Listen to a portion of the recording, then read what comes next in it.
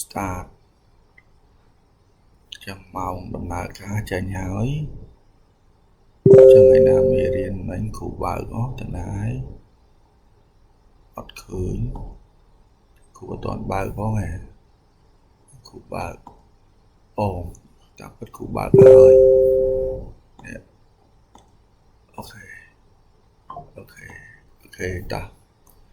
ឥឡូវយើងគ្រូរំលឹកឡើងវិញណាក្នុងមេរៀនទី1ចង់បញ្ជាក់ប្រាប់យើងថាបាទបើបងប្អូនចង់คลายខ្លួនទៅជាអ្នកវិភាគបងប្អូនគួរបាទប្រឹងមើលមេរៀនទី1ពីព្រោះមេរៀនទី1វាប្រាប់អំពីតម្រូវការនៃអ្នកវិភាគអញ្ចឹងអ្នកវិភាគគួរតែដឹងនៅណាបាទបុព្វកថាអំពីស្ដីអំពីការវិភាគនិងរចនាសម្ព័ន្ធអូខេបុព្វកថាស្ដីអំពីការវិភាគនិងរចនាសម្ព័ន្ធនេះមានន័យថាទម្រង់លក្ខណៈគ្រឹះនៃអ្នកដែលអាចคลายខ្លួនទៅជាអ្នកវិភាគឬក៏អ្នករៀបចំរចនាសម្ព័ន្ធបាទឥឡូវយើងមកជួបនឹងបាទចំណុច6បាទនៅក្នុងមេរៀនហ្នឹងគឺបច្ចេកវិទ្យាព័ត៌មានពាណិជ្ជកម្មបាទការវិភាគផ្ដុំវិភាគផ្ដោតលើកម្មបត្តិឧបករណ៍បច្ចេកទេសនៃការអភិវឌ្ឍប្រព័ន្ធវដ្តជីវិតអភិវឌ្ឍប្រព័ន្ធនិងតួនាទីនៃនាយកដ្ឋានព័ត៌មានវិទ្យា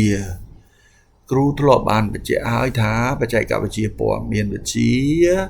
ឲ្យយើងដឹងអ្វីទៅគេហៅថា IT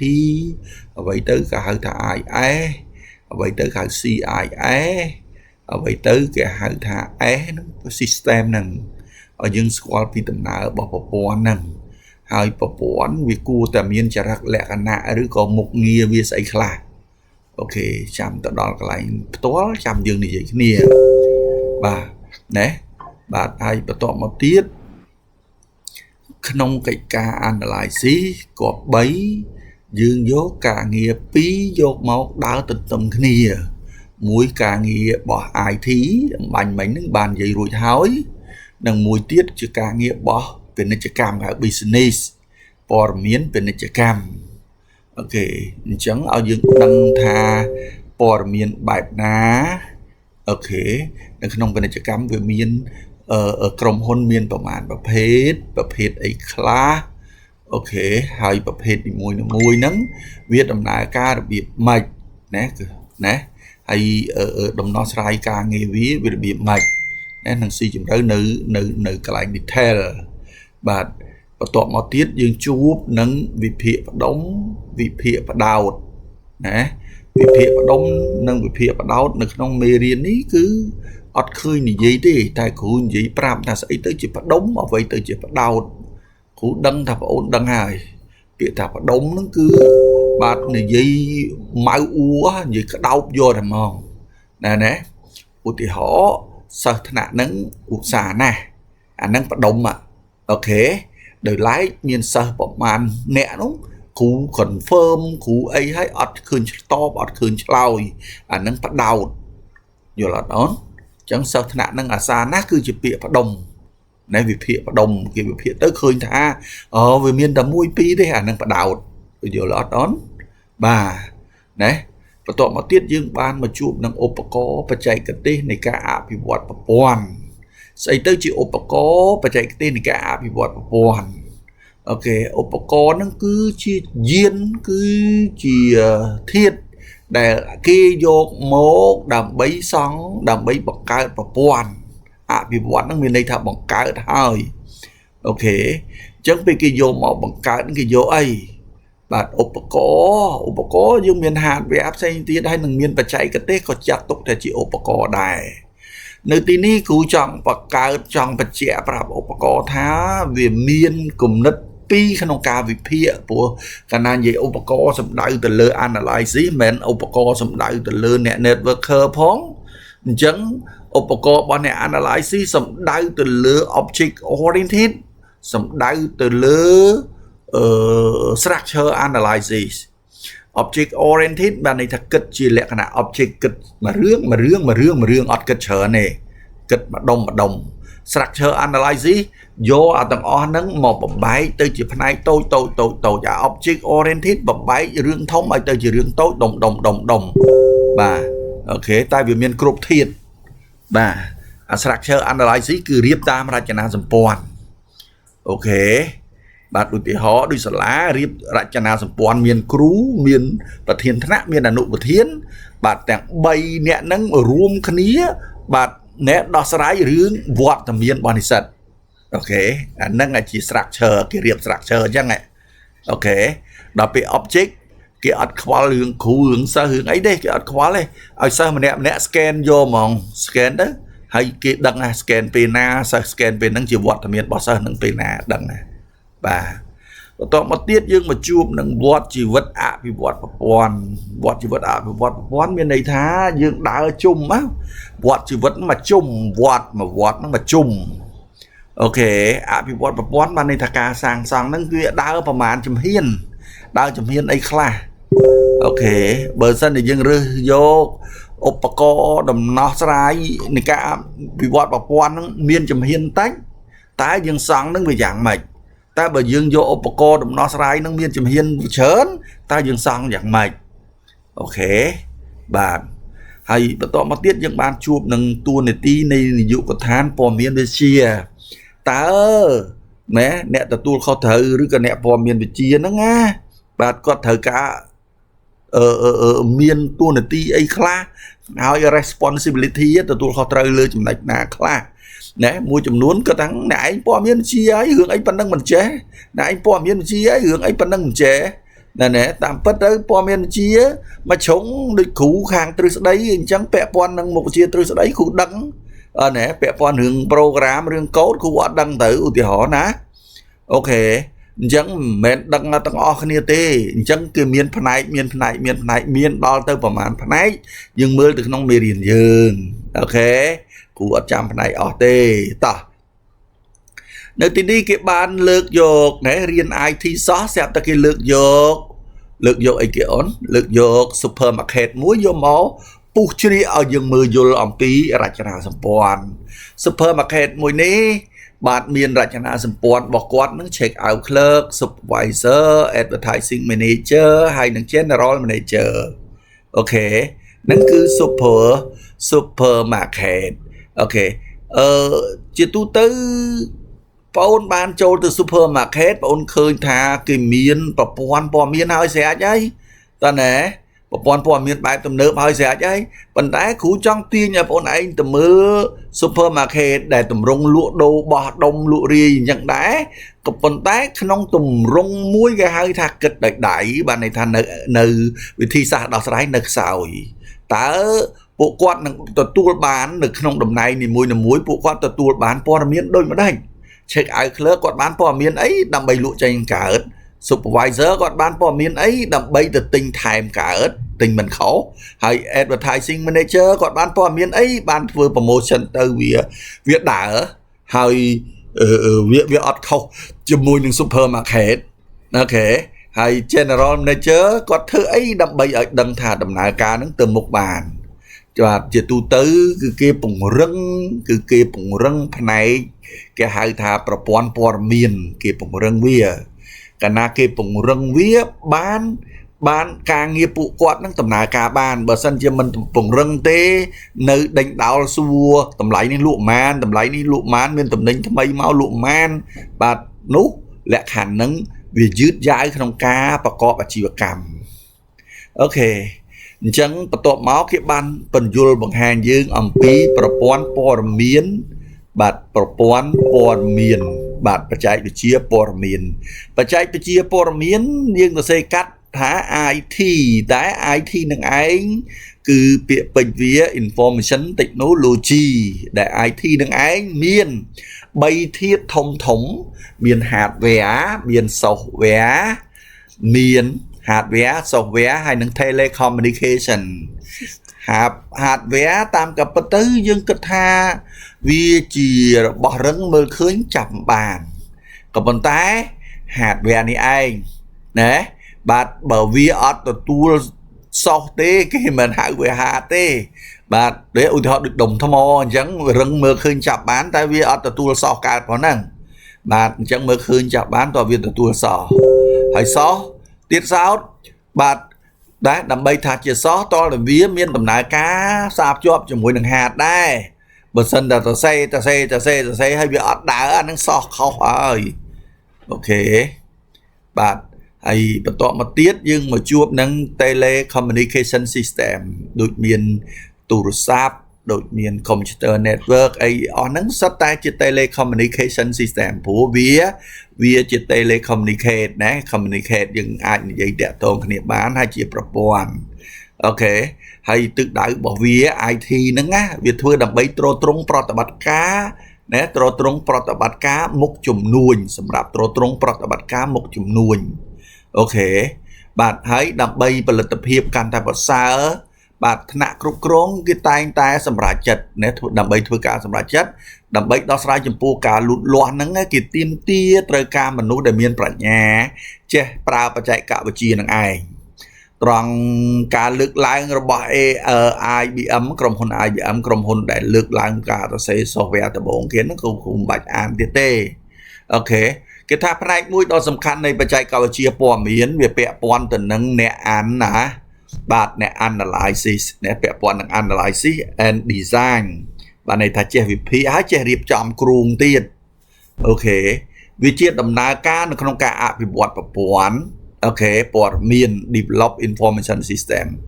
ដោយប្រើ hardware software data process and people បាទគឺចាំបាច់ត្រូវមានមនុស្សចូលរួមឲ្យមានប្រសិទ្ធភាពដើម្បីទ្រទ្រង់ជំនួញរបស់ក្រុមហ៊ុនគេណាដើម្បីបង្កើតប្រព័ន្ធព័ត៌មានបាទគេត្រូវការអ្នកវិភាគប្រព័ន្ធអញ្ចឹងពួកប្អូនបាទរៀនមេរៀនទី1នេះដើម្បីคลายខ្លួនទៅជាអ្នកវិភាគប្រព័ន្ធអញ្ចឹងអ្នកវិភាគប្រព័ន្ធធ្វើការងារអីខ្លះគេថាអ្នកវិភាគប្រព័ន្ធណាបាទរៀបចំ plan ណាវិភាគណាហើយនឹងរៀបចំការ implementation ប្រតិបត្តិអូខេហើយអ្នកដែលត្រូវធ្វើកិច្ចការទាំងហ្នឹងណាគឺគាត់ស្ថិតនៅក្នុងផ្នែក IT បើមិនមែន IT ទេគេអត់ឲ្យគាត់ជា analyzer ទេអូណាអូខេអញ្ចឹងគូនិយាយអំពីមូលដ្ឋានគ្រឹះនៃប្រព័ន្ធបាទព័ត៌មានណាបុព្វហេតុរបស់ប្រព័ន្ធព័ត៌មានដើម្បីស្គាល់ប្រព័ន្ធព័ត៌មានត្រូវស្គាល់ប្រព័ន្ធជាមុនសិនអញ្ចឹងប្រព័ន្ធហាក់បីដូចជាយើងគិតថាម៉ាស៊ីនឡានក៏ជាប្រព័ន្ធណាប្រព័ន្ធបើកប្រាក់បៀវត្សក៏ជាប្រព័ន្ធអូខេបាទប្រព័ន្ធណាបន្លាយទឹកប្រព័ន្ធធារាសាស្ត្រក៏ជាប្រព័ន្ធដែរបាទប៉ុន្តែគួរតែឲ្យនិយមន័យរបស់ប្រព័ន្ធថាគ្រប់ប្រព័ន្ធទាំងអស់ត្រូវតែបាទត្រូវការទម្រង់ក្នុងការបញ្ចូលទៅអ្នកន័យអូខេឧទាហរណ៍ប្រព័ន្ធម៉ាស៊ីនឡានតើយើងជន់ហ្គាឡានទៅបាទនេះទៅវាបញ្ចូលទៅន័យយើងជន់ហ្នឹងឬក៏ហូសាំងចូលទៅបាទណាទៅវាដំណើរការអញ្ចឹងគ្រប់ប្រព័ន្ធទាំងអស់វាដំណើរការប្រព័ន្ធប្រាក់បៀវត្សតើយើងដឹងប្រាក់ខែគូលដឹងប្រាក់ថែមម៉ោងប្រាក់ bonus ប្រាក់អីថែមទៀតទៅបាទគេអាចនឹងប្រព័ន្ធនឹងវាអាចធ្វើការអញ្ចឹងតើយើងឲ្យទៅវាដូចគ្រូអាសានិយាយថា computer មិនមែនជាអាទិទេពអញ្ចឹងមិនមែនទេគឺយើងរៀបណាអញ្ចឹងដើម្បីឲ្យគេគិតថាវាដូចអាទិទេពតើតែមានអ្នក analyze នៅក្នុងហ្នឹងអូខេឧទាហរណ៍ប្រព័ន្ធ order តំណែងពីខាវបាវពី Amazon ណាពីអីហ្នឹងបាទណាប្រព័ន្ធ order តលតែគេ register អ្នក order ហ្នឹង register ជា member គេសិនរួចហើយបាន order តំណែងហើយបាន payment បានណាអាហ្នឹងឯ order ប្រព័ន្ធ order បាទបន្ទាប់មកយើងមកជួបនឹងបាទតើប្រព័ន្ធព័ត៌មានគឺជាអ្វីណែចង់សួរប្រព័ន្ធព័ត៌មានគឺជាអ្វីបាទន័យថា what is on information system IS ចង់សួរ IS ជាអីអូខេអញ្ចឹងឯងបានគេញែកជាវត្ថុណាវាមិនមែនជាវត្ថុតែមួយប៉ុន្តែវាជាបណ្ដុំមានអីខ្លះមានតាំងពី computer មានតាំង instruction for equipment មានតាំងពីការពិតណាមានតាំងពីមនុស្សមានតាំងអីបូករួមសំចូលគ្នាបង្កើតបានទៅជាប្រព័ន្ធព័ត៌មាន តើណែកាលណារៀបចំប្រព័ន្ធស្អីមួយគឺជាបណ្ដុំបាទបណ្ដុំហ្នឹងមាន hardware ផងមាន software ផងមាន people ផងមាន data ផងអញ្ចឹងទៅអូខេបាទប៉ុន្តែបើគេនិយាយឲ្យខ្លីបាទណែហៅច្បាស់ប្រព័ន្ធព័ត៌មានគឺជាបណ្ដុំនៃសមាសធាតុដែលធ្វើការជាមួយគ្នាដើម្បីផ្ដល់ព័ត៌មានប្រតិបត្តិការនិងគ្រប់គ្រង organization អូខេបាទនេះខ្លាចបងអូនច្រឡំគ្រូនៅតែបញ្ជាក់ថាសំបីតែសភៅ address សភៅកត់ត្រា address ណាឬក៏ Telegram របស់យើងគឺជាប្រព័ន្ធព័ត៌មានមួយយើងកំណត់ទុកស្អីហ្នឹងអាហ្នឹងគឺជាប្រព័ន្ធព័ត៌មានហើយក៏ប៉ុន្តែប្រព័ន្ធព័ត៌មានត្រូវញែកឲ្យដាច់បាទបើយើងនិយាយពីសភៅផងនិយាយពីប្រព័ន្ធកុំព្យូទ័រផងយើងគិតថាតើយើងទៅរៀនហ្នឹងទៅធ្វើជាសភៅឬក៏ធ្វើជាប្រព័ន្ធកុំព្យូទ័រតាមការពិតទៅគ្រូឲ្យ concept មួយថាពេលដែលយើងដោះស្រាយប្រព័ន្ធរបស់គេអាចដោះស្រាយតាម concept ហ្នឹងតាមគំនិត analyze គឺធ្វើ step តើណាប៉ុន្តែយុគសម័យនេះមួយចំនួនច្រើនតែស្ដាប់សាច់រឿងគេហើយយកមកដោះស្រាយទៅជា software តែម្ដងអូខេបាទបើទៅជា software ទៅជាអនុវត្តលើ PC ឬក៏លើ phone ហើយអាហ្នឹងគេហៅថា CIS ពីព្រោះវាជា Computer Information System អូខេប៉ុន្តែជាទូទៅគេប្រើ CIS ក៏ដោយ IS ក៏ដោយគឺគេប្រើក្នុងន័យមាន computer នៅសប្តាហ៍មុនគ្រូបានជួលបញ្ជាក់អំពី inventory control system បាទដែលប្រើជាមួយនឹងCompose Sport Shop អញ្ចឹងគ្រូបានទុកប្រាប់យើងថាតើ Compose Sport Shop ហេតុអីបានប្រើ inventory control system ពីព្រោះថា inventory control system ជា software មួយណា inventory control system ជា software មួយដែលយើងមាន function សម្រាប់អីសម្រាប់គ្រប់គ្រង stock ណាសម្រាប់តាមដាន stock អូខេបាទកំណត់តម្លៃបង្កើតវិក័យប័ត្របង្កើតអីអាហ្នឹងគេហៅថាបាទ software inventory control system នេះវា support ជាមួយនឹង Compose Sport Shop អូខេចុះ Sportswear Enterprise ដោយសារ Sportswear Enterprise ជាក្រុមហ៊ុនដែលរកស៊ីមុខទំនិញដូច Compose Sport Shop ដែរក៏ប៉ុន្តែវារកស៊ីបែបកំងហើយបែបបោះដុំដូច្នេះវាមិនអនុញ្ញាតប្រើ inventory control system បានទេពួកគេអត់គិត stock អត់គិតអីទេគេទិញមកគេលក់បន្តភ្លាមហ្នឹងបាទណាទោះបីគេទុកនៅក្នុងឃ្លាំងគេអត់ខ្វល់ទេគេដឹងចំនួនហ្នឹងវាអត់ដករាយទេអត់ដកកញ្ចេញកញ្ជូនទេអញ្ចឹង order entry system គេប្រើវាជាមួយនឹង Sportswear Enterprise បញ្ជាក់ទាំងពីរ software ទាំងពីរ shop អូខេបាទការប្រើ software គឺជួយនៅក្នុងការប្រតិបត្តិហើយជួយនៅក្នុងការសម្រេចចិត្តអូខេទាំង software ទាំងពីរគឺទិសដៅតែពីរហ្នឹងទេតែបើសិនជាមាន function លម្អិតទៀតយើងនិយាយទៅតែនៅក្នុងន័យជួយក្នុងការប្រតិបត្តិនិងជួយក្នុងការសម្រេចចិត្តអូខេគេថាដូច្នេះ order entry system នៅឯ Sportswear ជួយទាំងប្រតិបត្តិនិងការគ្រប់គ្រងចំនួនការគ្រប់គ្រងមានន័យថាការសម្រេចចិត្តអូខេឥឡូវយើងមកជួបនឹង function ទាំងអស់មុនហ្នឹងខ្ញុំនិយាយអំពីហេតុអីបានត្រូវប្រើ software ហ្នឹងហេតុអីបានត្រូវប្រើ software ហ្នឹងការងារ Sportswear ហេតុអីបានប្រើ software ហ្នឹងការងារ Compose Sport Shop ហេតុអីបានត្រូវប្រើ software ហ្នឹងអូខេបាទសួរតែហេតុអីមកពីគេមើលទៅលើចំណុច function របស់ software តើ software ហ្នឹងមាន function អីដែល function វា support ឲ្យកន្លែងហ្នឹងដែរឬក៏អត់អូខេអញ្ចឹងគ្រប់ software ទាំងអស់មាន function ទាំងអស់4មានបាទណា input function storage function process function and output function គ្រូសូមនិយាយអំពីដំណើរដើមតងនៃ function បាទគ្រូសូមលើកឧទាហរណ៍មួយមកបញ្ជាក់ថានេះបងអូនមើលម៉ៅគ្រូសិនលើកឧទាហរណ៍មួយបើសិនជា ôn cho mua cho riêng ôn miền data input data ôn miền data sầm ráp vô từ input ta bập ôn input không cái lái vía ở trời thì chẳng input miền một nghĩa cái lái phản sân miền form một cái input chẳng ôn input ở trời form ok rồi à form nó việc thưa process ôn làm đi bấy cái vô từ tục chẳng phân tế về để ôn bằng lui cho mua phim bằng lui phim cái ở toàn vô từ tục đã đánh được lại tê bạt kỳ vô pina băng lưới kỳ vô lưới trên bị cày bạt kỳ vô lưới trên bị cày bạt cầm bàn tay à form nè à form bọc ôn ấy nè kỳ vô cô cho mùi kia tầng IT tầng business tầng chợ bạp tầng ấy đặt cô cho mùi kia đó bọn to mà tiết kỳ thưa process miền này thá kỳ filter bia IT đạm mà đông chợ bạp đạm mà đông hotel tourist đạm mà đông business đạm mà đông chẳng tới process phần nâng mình toàn job thế bạt cái process tiết năm thì mùi năm thì pi năm thì bay năm thì buôn tam này mùi rồi hãy ban kỳ vô tự túc tam thọt mùi rồi hãy ban để ta nâng ạ bà sân chỉ kỳ tiếng nhẹ kỳ trọng bán nè kỳ tiên vô bạt để ta nâng tam lẹ hành process nâng ạ cái đã thời vô mình từ vô chạy tới vô tam process thảo IT năm thì mùi cái tục là thọt để nó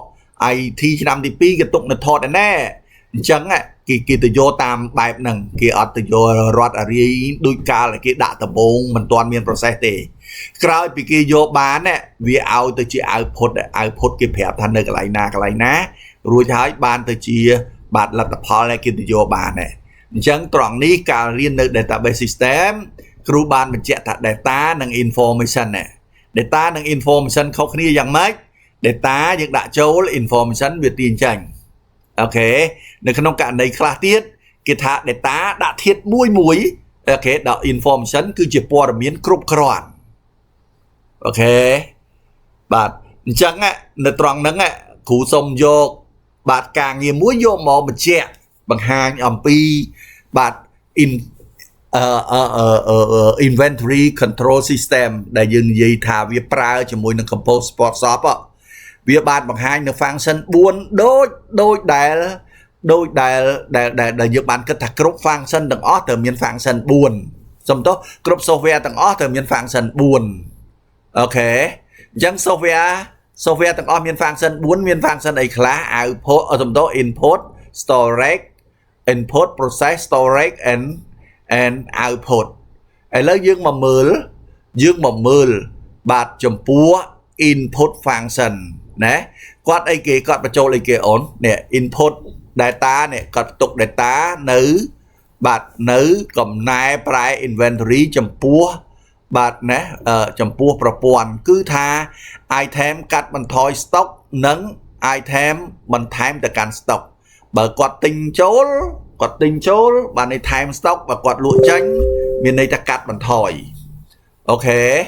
ấy lấy dương mà chuột á bạt nè input chẳng bên này ta quát và châu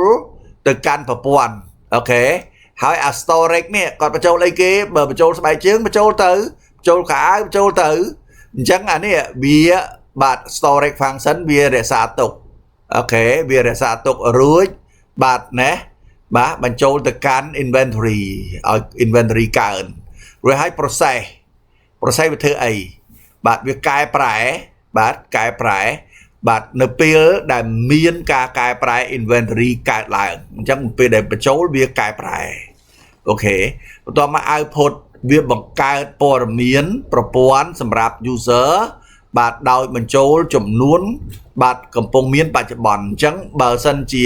អ្នកលក់ចូលទៅបើកមើលគាត់ឃើញមានចំនួនឡើងមកបើអ្នកទិញឧទាហរណ៍ supervisor ទិញចូលបាទវាកើន stock ដល់ពេលអ្នកលក់ check out លើកលក់ចាញ់បាទមើលទៅឃើញ stock នឹងថយអូខេអញ្ចឹងណានៅក្នុងន័យនេះគេប្រាប់ថាបាទ sales person ប្រើប្រាស់ព័ត៌មាននេះដើម្បីពិនិត្យ inventory ហើយ store manager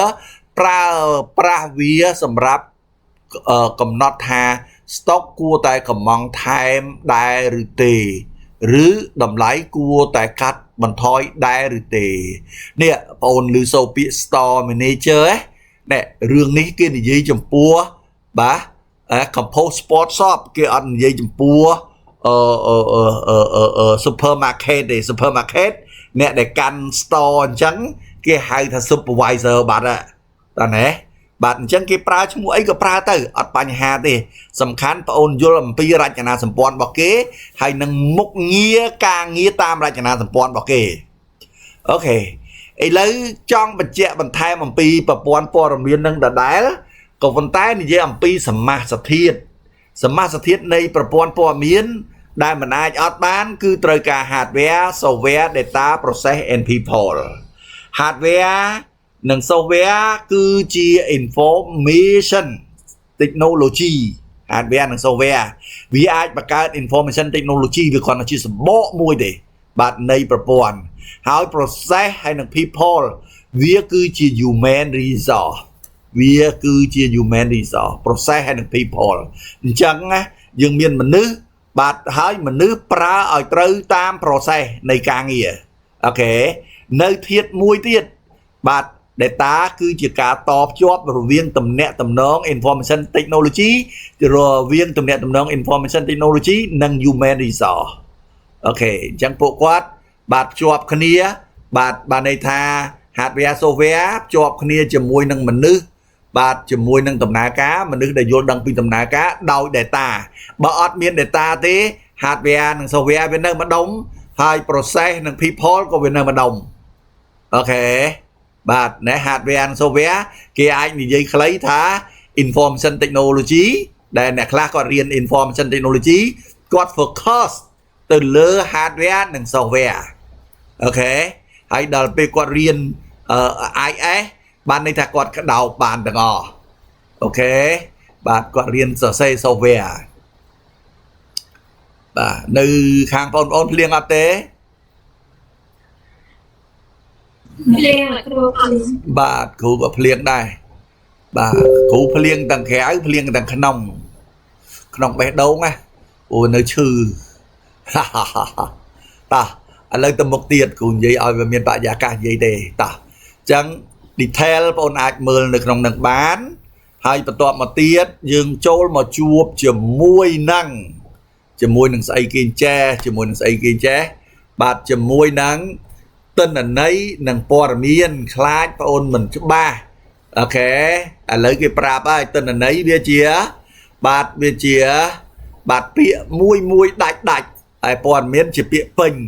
អូខេបាទណាបាទអញ្ចឹងយល់ប៉ុណ្្នឹងហើយយើងទៅមុខទៀតយើងមកជួបនឹងប្រព័ន្ធព័ត៌មានពាណិជ្ជកម្មប្រព័ន្ធព័ត៌មានពាណិជ្ជកម្មគឺចង់ឲ្យបងឯងយល់ថាបាទណែក្នុង business ក្នុងក្រុមហ៊ុនគួរតែមានអីអូខេក្នុងក្រុមហ៊ុនគួរតែមានអីអ្នកវិភាគអូខេត្រូវតែយល់អំពីបាទតម្រូវការរបស់ប្រព័ន្ធជំនួញរបស់ក្រុមហ៊ុនណាបាទពួកយើងใน IT ហ្នឹងណាដល់ខ្លាយទៅជា analyze ត្រូវតែយល់បាទឧទាហរណ៍តម្រូវការចំពោះ web based បាទ music បាទ retailer មានលក្ខណៈខុសប្លែកពីតម្រូវការចំពោះ hotel system ណែអញ្ចឹងពីរហ្នឹងការងាររបស់ business បាទណាវាយ៉ាងម៉េចអ្នកវិភាគប្រព័ន្ធទៅចុះ search អង្កេតដើម្បីពិនិត្យណាដើម្បីចុះ search អង្កេតបាទទៅលើផលិតផលចម្រុះរបស់ក្រុមហ៊ុនទៅលើសេវាកម្មព្រមទាំងសកម្មភាពបាទក្នុងការប្រើប្រាស់បណ្ដាញដើម្បីឲ្យជំនួញបាទជាងណាដើម្បីដំណើរការជំនួញបាទជាងនេះទៅទៀតអ្នកវិភាគប្រព័ន្ធគួរតែសិក្សាផងដែរទៅលើអន្តរកម្មណាក្នុងចំណោមប្រព័ន្ធព័ត៌មានណាដែនកំណត់អូខេ system boundary និងតម្រូវការប្រព័ន្ធបាទឯកទេសក៏ដូចជាទំហំក្រុមហ៊ុននិងព្យាករការរីកលូតលាស់នានាពេលអនាគតអញ្ចឹងបញ្ជាក់ថាអ្នកវិភាគប្រព័ន្ធគេធ្វើប្រព័ន្ធមិនមែនធ្វើថ្ងៃហ្នឹងប្រើបច្ចុប្បន្នភាពហ្នឹងទេគេត្រូវព្យាករហើយម្យ៉ាងវិញទៀតណាបាទធ្វើប្រព័ន្ធត្រូវដឹងអំពីដែនកំណត់របស់ប្រព័ន្ធមិនមែនចេះតែប៉ាតណាប៉ាតណីទេបាទអូខេឥឡូវគេចង់បញ្ជាក់អំពីក្រុមហ៊ុនតើក្រុមហ៊ុនទាំងអស់មានប៉ុន្មានប្រភេទអូខេ ក្រុមហ៊ុនទាំងអស់មានប្រមាណបងឆ្លើយមើលមាន2មាន2មានអ្នកណាឆ្លើយខុសពី2ទេបាទតាមពិតក្រុមហ៊ុនទាំងអស់មាន3ណាគឺទី1បងអូនមើលម៉ៅគ្រូនេះ production oriented company ទី2 service oriented company ហើយនឹងទី3 internet dependent firm production oriented company មានន័យថាក្រុមហ៊ុនដែលផលិតផលឧទាហរណ៍ Coca-Cola ក្រុមហ៊ុនស្រាក្រុមហ៊ុនទឹកដោះគោក្រុមហ៊ុនរោងចក្រត្បាញរោងចក្រកាត់ដេរអញ្ចឹងជាដើមអូខេក្រុមហ៊ុនទាំងអស់នោះស្ថិតនៅក្នុង product oriented company រីឯ service oriented company គឺជាក្រុមហ៊ុនបែបសេវាកម្មក្រុមហ៊ុនទេសចរក្រុមហ៊ុនshop លក់កុំព្យូទ័រលក់អីគាត់ទិញហើយគាត់លក់គាត់អត់មានអ្នកផលិតទេអូខេអានឹង service oriented company រីឯ internet dependent firm ជាទូទៅគេទទួលស្គាល់តែ2នឹងទេគេដឹងប៉ុន្តែបាទដោយសារតែគេមិនសូវជាយល់ច្បាស់អំពីការវិភាគដូច្នេះគេមិនបានចំណាត់ថ្នាក់អាទី3នឹងទេអញ្ចឹងជួយបំភ្លឺជួយបំផុសឲ្យគ្នាយើងដឹងផងគឺ internet dependent firm បាទជាប្រភេទក្រុមហ៊ុនដែលរកស៊ីអាជីវកម្មនឹងរកស៊ីដោយប្រើប្រាស់បច្ចេកវិទ្យាព័ត៌មានដូចជាក្រុមហ៊ុន ISP ក្រុមហ៊ុនតសេ software ក្រុមហ៊ុនបាទ NES ទោះបីជាវាជាសេវាកម្មក៏ដោយជាផលិតកម្មក៏ដោយបាទឲ្យតែពាក់ព័ន្ធជាមួយនឹងអ៊ីនធឺណិតពាក់ព័ន្ធនឹងជាមួយបច្ចេកវិទ្យាព័ត៌មានវាស្ថិតនៅក្នុង internet dependent firm ទាំងអស់ទោះបីមិនប្រើអ៊ីនធឺណិតក៏ដោយអូខេគ្នាយើងបាទបន្ទាប់មកទៀតយើងចាប់ផ្ដើមស្គាល់ចរិតលក្ខណៈយើងស្គាល់មនុស្សស្វែងយល់ពីចរិតលក្ខណៈដល់ពេលប្រព័ន្ធព័ត៌មានក៏យើងត្រូវតែដឹងចរិតលក្ខណៈរបស់ប្រព័ន្ធព័ត៌មានដែរអ្នកវិភាគគួរតែសិក្សាពីប្រព័ន្ធព័ត៌មានឲ្យបានច្បាស់ដោយសាកសួរសំណួរបាទមួយចំនួនពីប្រព័ន្ធនឹងថាតើវាត្រង់ប្រតិបត្តិការជំនួញដោយរបៀបណាអ្នកវិភាគប្រព័ន្ធអាចសាកសួរសំណួរបាទមួយចំនួនដូចខាងក្រោមបានន័យថាដើម្បីចង់ដឹងថាវាត្រង់ជំនួញរបៀបណាបើយើងមិនដឹងថាវាត្រង់ជំនួញដោយរបៀបណាទេអ្នកវិភាគមិនអាចបង្គាប់បញ្ជាឬក៏មិនអាចរៀបចំ plan ណាឬក៏មិនអាចរៀបចំរចនាសម្ព័ន្ធដើម្បីឲ្យអ្នក database ដើម្បីឲ្យអ្នក program គាត់សង្កកើតទេតើនេះអូនអញ្ចឹង analysis ហ្នឹងគាត់កំណត់អញ្ចឹងគាត់កំណត់គាត់ធ្វើការងាររបស់គាត់អញ្ចឹងហើយបានជាសំណួរទី1នេះគេសួរអូខេតើប្រព័ន្ធតាក់ទងជាមួយនឹងប្រព័ន្ធដទៃទៀតដែរឬទេឃើញទេបាទសំណួរទី2អាចសួរថាតើដែនកំណត់បាទនៃប្រព័ន្ធត្រឹមត្រូវដែរឬទេណែគេខ្លាចខុសណែគួរអត់អានចម្លើយទេបាទបន្ទាប់មកទៀតតើប្រព័ន្ធនឹងដោះស្រាយតម្រូវការចំនួនជាក់លាក់ដែរឬទេបាទប្រយ័ត្នតែចេះតែស្មានណាតើណែកន្លងមកបងយើងបាទបដោយឲ្យស្មានទៅណែដល់ស្មានទៅប្រាប់គាត់ថាធ្វើអានឹងខុសទេគាត់ឈរលើការស្មាននឹងប្រកែកហ្មងតើណែបាទបើសិនជាធ្វើឲ្យក្រុមហ៊ុនគេប្រើគេអត់ប្រើទេលទ្ធផលដែលស្មាននោះតើណែមិនថាអត់ប្រើបើស្មានត្រូវមានអីបើស្មានខុសអូនឯងគិតមើលអ្នក IT ដែរនិងអ្នក business មួយណាយល់ពីរចនាសម្ព័ន្ធ business ច្បាស់ជាងតើណែហើយបើយើងប្រឹងតែ IT ហើយយើងទៅស្មានរចនាសម្ព័ន្ធរបស់ business សួរតែស្មានត្រូវអត់គេនៅ business គេនៅសិក្សានៅតែគិតខុសនៅតែអនុវត្តខុសចុះទម្រាំយើងទៅស្មាននោះអូខេកាលណាយើងអ្នក analyze ស្មានខុសប្រកបបញ្ជាទៅឲ្យអ្នក database គិតខុសបញ្ជាទៅឲ្យអ្នក program សង្ខុសលទ្ធផលគឺខុសមកចប់ អូខេបាទអ្នកនាំឲ្យមានគុណភាពអ្នកនាំឲ្យចកោត្រូវឬខុសគឺ analyze នឹងឯងពីព្រោះ analyze គឺជាចំណុចភ្ជាប់គ្នារវាង business ជាមួយនឹង technical អូខេតើក្រុមហ៊ុនមានទំហំប៉ុណ្ណានិងតើក្រុមហ៊ុននាពេលអនាគតរីកចម្រើនដល់ពេលណាបាទអូខេ4សំណួរហ្នឹងល្មមដឹងហើយល្មមឆ្លើយបានហើយប្រភេទនៃប្រព័ន្ធព័ត៌មានពាណិជ្ជកម្មនេះយើងដឹងថា IS function មាន4មាន input output process output output សំដៅ input output storage ហើយនិង process បាទណាបាទឥឡូវនេះ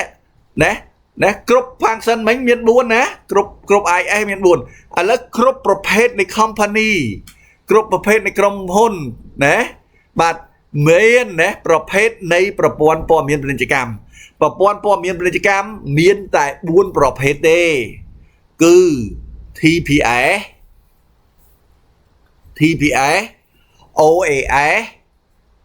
OAS MIS DIS ហើយនឹង EIS អូខេអញ្ចឹងគូនិយាយអំពី TPS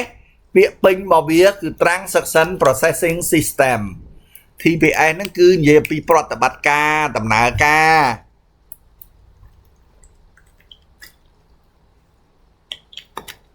អញ្ចឹងខ្ញុំឃើញដំណើរការណាដំណើរការបោះសាលាចុះឈ្មោះរួចអូខេចាំមើលសាលាបង្កើតក្រុមការបង្កើតក្រុមហើយសាលាចែកកាលវិភាគហើយបងអូនទៅរៀនហើយទាំងអស់ហ្នឹងគឺជា Transaction Processing System គេធ្វើ system ចុះឈ្មោះរួចហើយគេធ្វើ system បង្កើត group រួចហើយគេធ្វើបង្កើតកាលវិភាគរួចហើយបានលទ្ធផលកាលវិភាគហ្នឹងគេឲ្យលទ្ធផលហ្នឹងទៅកាន់សិស្សឲ្យគ្រូឲ្យហើយបានគេឲ្យទៅសាលាទៅជួបជុំគ្នាតាមកាលវិភាគអាហ្នឹងគេហៅថា TPS អូខេបន្ទាប់មកទៀតបងអូនជួបជាមួយនឹង Office Automation System Office Automation System មានន័យថាបើសិនជាគេមានប្រព័ន្ធដោយដៃក៏ដោយប្រព័ន្ធដោយ software ក៏ដោយ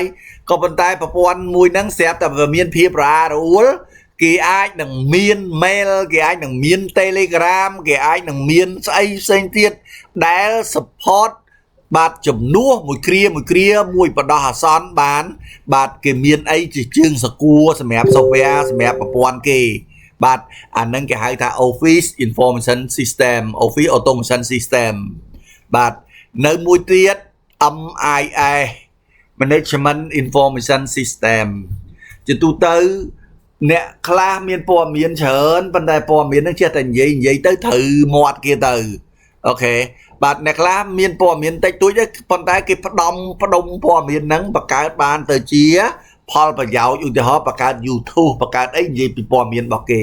អាហ្នឹង MIS បានន័យថាព័ត៌មានណាដែលទាញយកទៅជាប្រយោជន៍បាទនេះគេរៀបវាទៅជាប្រយោជន៍បានបន្ទាប់មកទៀតយើងមកជួបនឹង DIS Decision Support System Decision Support System នេះគឺចង់និយាយអំពីការសម្របសម្រួលបាទណាបានន័យថានៅក្នុងរចនាសម្ព័ន្ធអ្នកវិភាគទិន្នន័យទទួលបាន database ផ្គត់ផ្គង់លទ្ធផលនៃការវិភាគរបស់ management DIS ប្រើប្រាស់សម្រាប់ middle and top បាទណាប្រើប្រាស់សម្រាប់ middle and top អញ្ចឹង DIS នេះវាជួយសម្រួលនៅជំរងរបស់ middle ជួយឧទាហរណ៍ដែលយើងបង្កើតជា software បង្កើតអីវាជួយសម្រួលពីមុនមក software ហ្នឹងវាអត់មានណាឬក៏មិនបាច់និយាយដល់ហ្នឹងទេវាអាចថាជា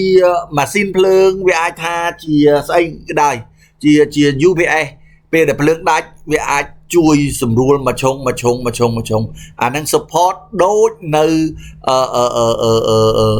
OAS អញ្ចឹងបាទប៉ុន្តែ OAS វា support សំដៅទៅលើ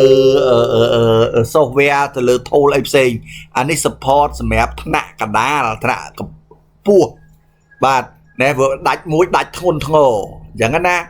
រីឯ expert system គឺជាអ្នកយល់ពីការងារដឹងណាបើសិនជា software វិញគឺជា software ចុងក្រោយ software ដែលអត់មានកំហុសអូខេបាទអញ្ចឹងគ្រូសម្រូតទៅមុខមួយទៀតណា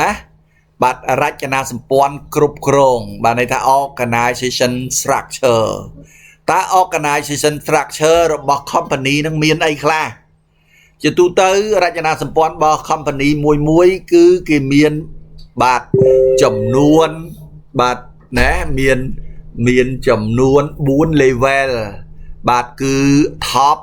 middle low and operational personnel ហើយនៅក្នុង top ហ្នឹងគេឲ្យឈ្មោះថាអ្នកខ្លះមានតំណែងជា CEO អូខេ middle អាចថាជា director អូខេបាទ low management អាចថាជា supervisor អាចថាជា team leader អាចថាជា coordinator អូខេរីឯ operational personnel អាចថាជា sales representative អាចថាជា team member អាចថាជា technical support អាចថាជាអ្នកវិភាគអ្នកអីឧទាហរណ៍ដូចគ្រូអីហ្នឹងនៅក្នុងសាលាគ្រូជាបាទណែ operational បាទក្រុមគេបំផុតណាបាទណែបាទណែគ្រូ cleaner អីហ្នឹងអ្នកដែលធ្វើផ្ទាល់ហ្នឹងគេហៅ operational top middle low ហើយនិង operational personnel អញ្ចឹង operational personnel នៅក្រុមគេបំផុតគឺអ្នកធ្វើអនុវត្តផ្ទាល់ឥឡូវយើងជួបយល់ពីអត្ថន័យទាំងអស់ហ្នឹងហើយ top middle low អូខេបាទ operational personnel ឥឡូវយើងមកនិយាយអំពីឧបករណ៍សម្រាប់អភិវឌ្ឍខ្ញុំបាននិយាយហើយថាឧបករណ៍សម្រាប់អ្នកផ្សេងមានដាវកំបិតកំភ្លើងអីចឹងទៅតែសម្រាប់អ្នកវិភាគបាទសម្រាប់អ្នកវិភាគណាគឺជាក្បួនអូខេគេថាចេះបន្ទាប់ពីយល់នៅប្រតិបត្តិការជំនួញអ្នកវិភាគប្រព័ន្ធត្រូវតែដឹងនៅរបៀបប្រើប្រាស់វិធីផ្សេងវិធីនឹងឯងហៅថា technique ដូចជា model ណាបានន័យថាវាមានគំរូណាដូចជា modeling ដូចជា prototyping ដូចជា computer aiding system engineering case tool ណាដើម្បីរៀបចំ plan កសាងប្រតិបត្តិហើយនឹង implement បញ្ជាក់រៀបចំ plan នៅទីនេះមកកណាត់នេះណាមករៀបចំ plan កសាង implement នេះជាការងារជាកាតព្វកិច្ចរបស់អ្នក analyze ប៉ុន្តែអ្នក analyze ត្រូវដឹង modeling ត្រូវតែមានគំរូអូខេទៅដឹង prototyping ត្រូវតែចេះបន្ទន់ដឹកដៃអូខេគំរូដែរប៉ុន្តែរបៀបដឹកដៃបើមិនបានគំរូទេបាទគឺគេដឹកដៃតែណាបើបោះគំរូឲ្យមើលឲ្យអ្នកអនុវត្តខាងក្រោមធ្វើតាមគំរូនឹងទៅតែណាបើគ្មានគំរូទេបាទយើងឬក៏មនុស្សពិសេសទៅធ្វើឲ្យមើលអូខេទៅធ្វើឲ្យមើលបានន័យថាគំរូភ្លាមធ្វើតាមភ្លាមអាមួយគំរូគេចាស់ព្រឹត្តចាស់ព្រេងគំរូគេចងទុកអូខេហើយបន្ទាប់មក computer aiding system engineering case បានន័យថាជា step case បាទ step ដំណើរការរបស់គេ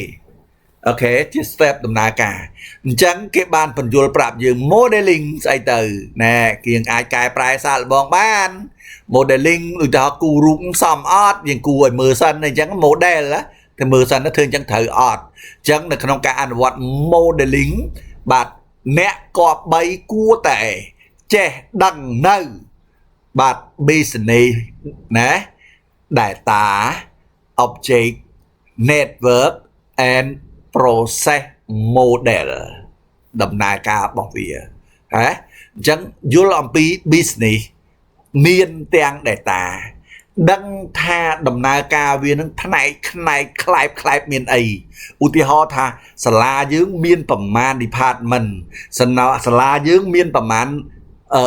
រចនាសម្ព័ន្ធមាននាយករងមាន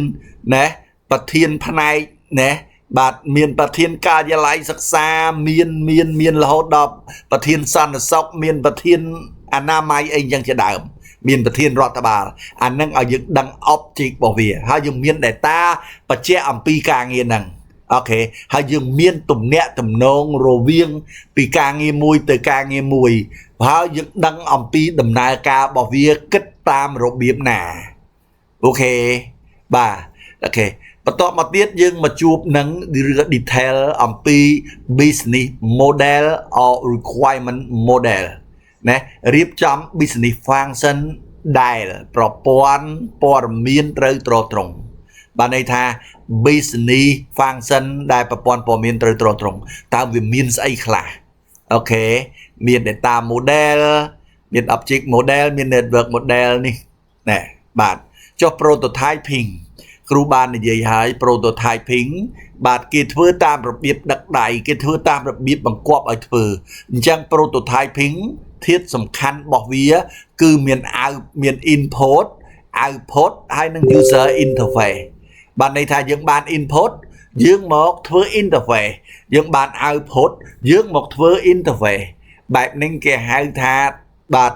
ណា prototyping ឲ្យយើងធ្វើតាមគេអូខេបាទបន្ទាប់មកទៀតយើងមកជួបនឹង computer aiding system គេនិយាយអំពី tool ក្នុងការថែទាំក្នុងការបង្កើតណាបាទក្នុងការបង្កើតណាបង្កើតផលិតភាពបច្ចេកទេសនិងគុណភាពផលិតផលសម្រាប់ឲ្យកាន់តែប្រសើរអញ្ចឹងយើងមាន case tool បាទយើងនឹងរៀនវានឹងគូវាដល់ chapter 5 chapter 6 ឯណោះបាទហើយ joint application development and rapid application development បានន័យថាពេលខ្លះគេចែកវាជា2 joint application development ហើយនឹង rapid application development joint ណាឬក៏គេសេកាត់ថា JAD ហើយ JET អូខេ JET and RED បាទ JET and RED នេះជាន់នេះគឺបានន័យថាយើងចូលទៅធ្វើការផ្ទាល់ជាមួយនឹងអ្នកកម្មង់មកបានន័យថាបើយើងធ្វើ system របស់ AU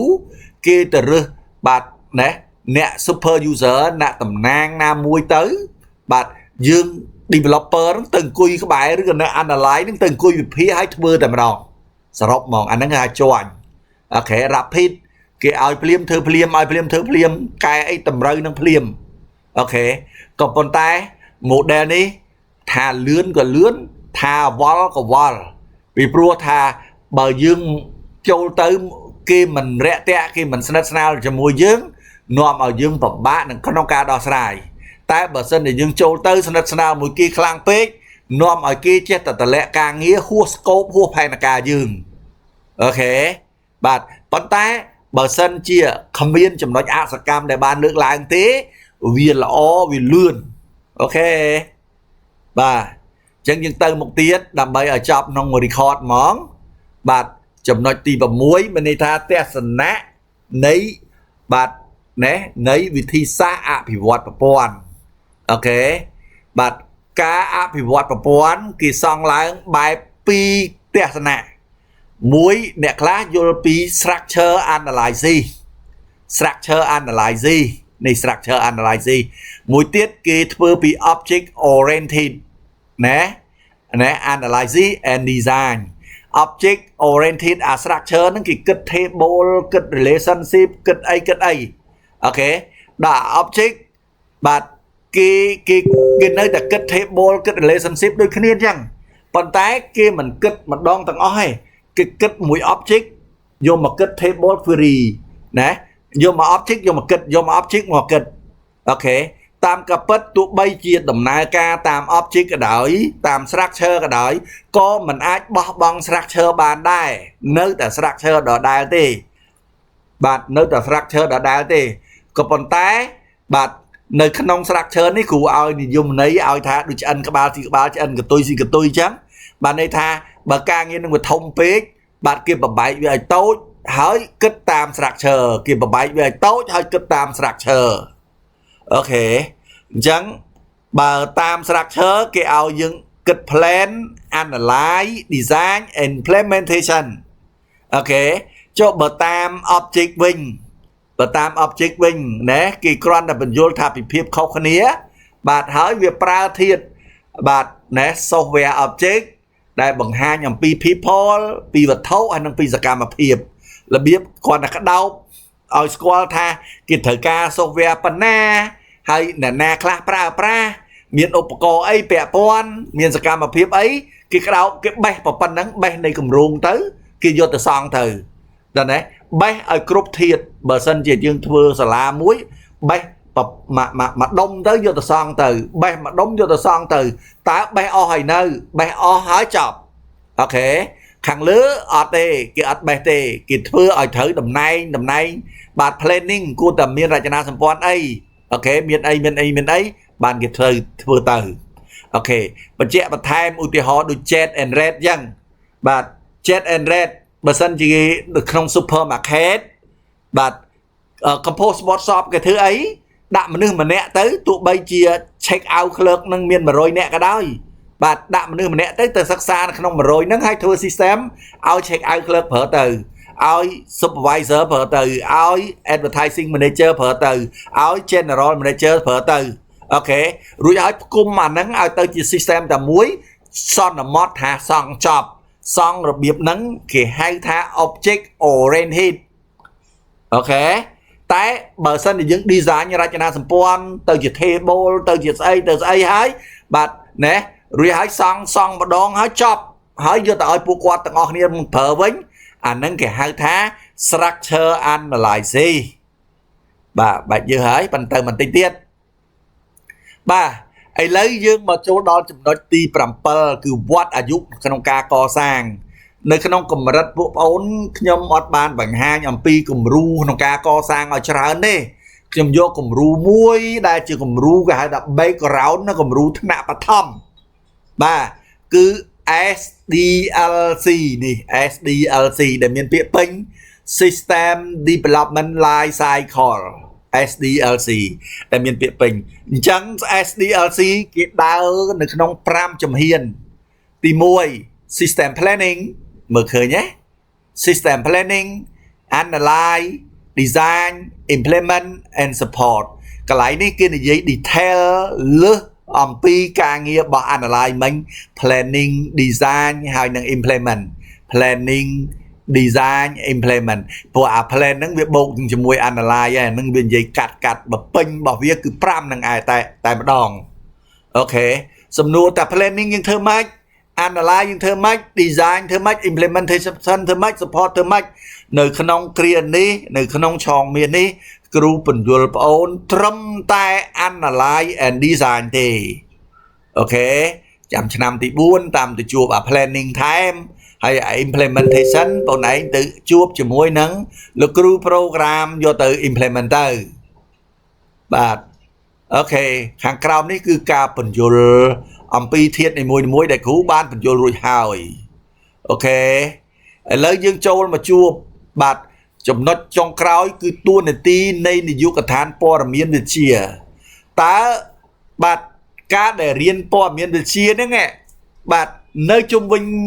នៅធាតុជុំវិញនៃព័ត៌មានវិទ្យាទទួលខុសត្រូវអី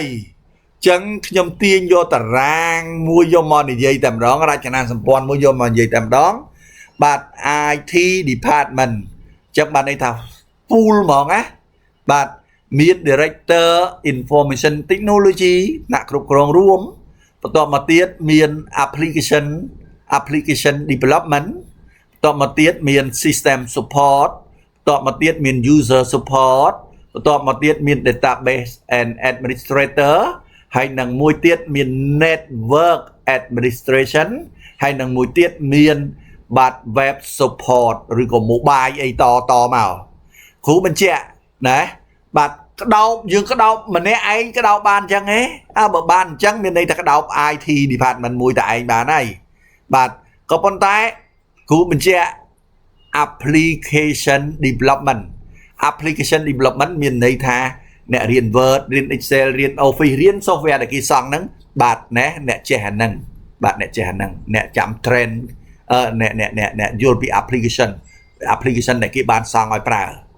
អូខេបាទហើយបន្ទាប់មកទៀត system support មានន័យថាអ្នកចាំថែទាំអ្នកចាំបង្កើត system ឲ្យគេបាទណាចាំថែទាំ system support system មានទាំង hardware មានទាំង software មានអីខ្លះដើម្បី support ជាមួយនឹង system អូខេ បាទអញ្ចឹងយើងសង់ system ឲ្យគេតើយើងគួរតែប្រើ server អត់យើងគួរតែប្រើអីអត់អានឹង system support អូខេបន្តមកទៀត user support នឹងពួកគាត់នឹង training បុគ្គលិកមកថ្មីអីគឺ train គេឲ្យចេះបាទណាបាទឲ្យចេះ application ឲ្យចេះធ្វើអីឲ្យចេះអីពួក user support ឲ្យចេះប្រើប្រាស់ system បាទបន្តមកទៀត database administrator database administrator គឺអ្នកកាន់ data database កាន់ data store កាន់ server data store ហ្មងបាទដឹងពីរចនាសម្ព័ន្ធដឹងអំពីអានឹងទុកនៅក្នុង hard disk មួយណាទុកនៅក្នុងម៉ាស៊ីនមួយណាទុកនៅក្នុង cloud ណារីឯ network administrator គឺជាអ្នកជំនាញខាង network អ្នកយល់ដឹងអំពីបណ្ដាញអូខេ web support ឬក៏ app អីហ្នឹងបាទគឺជាអ្នកបាទអ្នកបំពេញមានលក្ខណៈដូច system support ដែរប៉ុន្តែគាត់ focus ទៅលើ web អូខេបាទ user support គាត់ support system support គាត់បាទអាចថាជា web អាចថាជាអីដែរប៉ុន្តែបាទមិនចំពោះជា web តែដល់ពេល web support គឺ support ចំតែលើ web ទេអូខេទាំងអស់ហ្នឹងល្មមសំគួរដែលបងអូនបាទក្តោបខាងក្រោមនេះជាសំណួរតេស្តសម្រាប់អូនហើយបន្តិចទៀតគ្រូនឹងបោះសំណួរឬក៏បោះហើយតាប៉ុន្តែបោះម្ដងទៀតទៅបាទបោះម្ដងទៀតបាទស្អីគេចេះបោះភ្លាមមិនឃើញតើទៅចូលនៅក្នុងនេះកុំឲ្យថាគ្រូឈ្មោះអីគេចេះអូនបំពេញ chapter ពាក្យថា chapter នៅណាចេះគ្រូអត់ឃើញទេ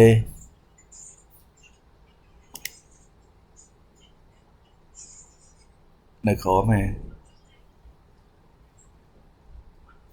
បាទចាំផ្លែតបងបំពេញអត់ឃើញ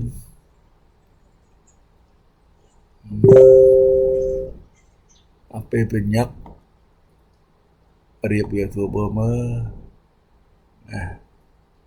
CH ជួយមើលគ្រូតិចមើល CH1 នេះឃើញណាមែនបង chapter 1អីក៏ពិបាករមឡែនេះ